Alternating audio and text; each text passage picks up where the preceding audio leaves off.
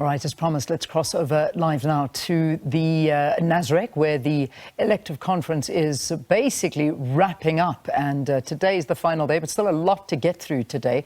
And Sakina has been there from the beginning at the ANC's 55th National Conference. So let's go there. SK, good morning to you. How are you and the team doing up there? It's been a very, very long couple of days. But I suppose wrapping up, what can we expect today? Good morning to you.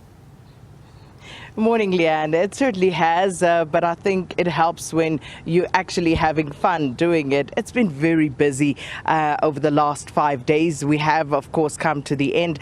Today, we hope that proceedings will be concluded by no later than 3 p.m. And this, of course, as was communicated by the ANC itself, but also because the venue, as you can imagine, it's coming up to Christmas, and they would like us to clear out of the space before tonight, and we'll see how that goes, because it's all dependent on what time the president obviously closes conference today. That would be the president of the ANC, Cyril Ramaphosa.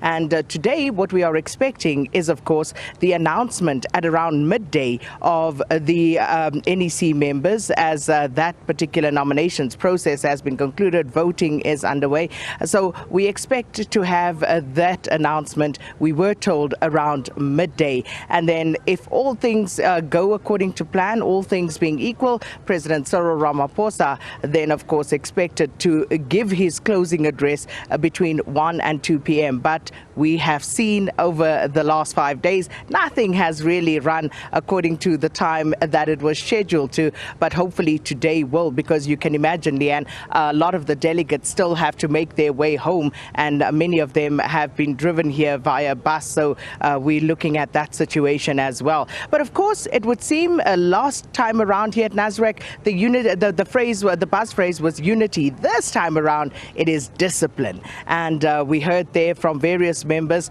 that the ANC will be taking action against those members who were disruptive during the opening proceedings on day one. The various provincial chairpersons will, of course, be taking that particular line back to their provinces, dealing with those who caused disruptions. And of course, we've also been told that the newly elected ANC Secretary General Fikile Mbalula, well, he will be making a trip to go and have tea with Ubaba, Jacob Zuma, the former president of the ANC, to discuss some of these matters. Then the issue of paralysis in the NEC, that is something that hopefully, according to those who we've spoken to, will be taken care of today during the voting for NEC members, so that they would not have what was called previously zebra, which was, of course, an accommodation of both sides of the slates that had emerged during Nasrec. And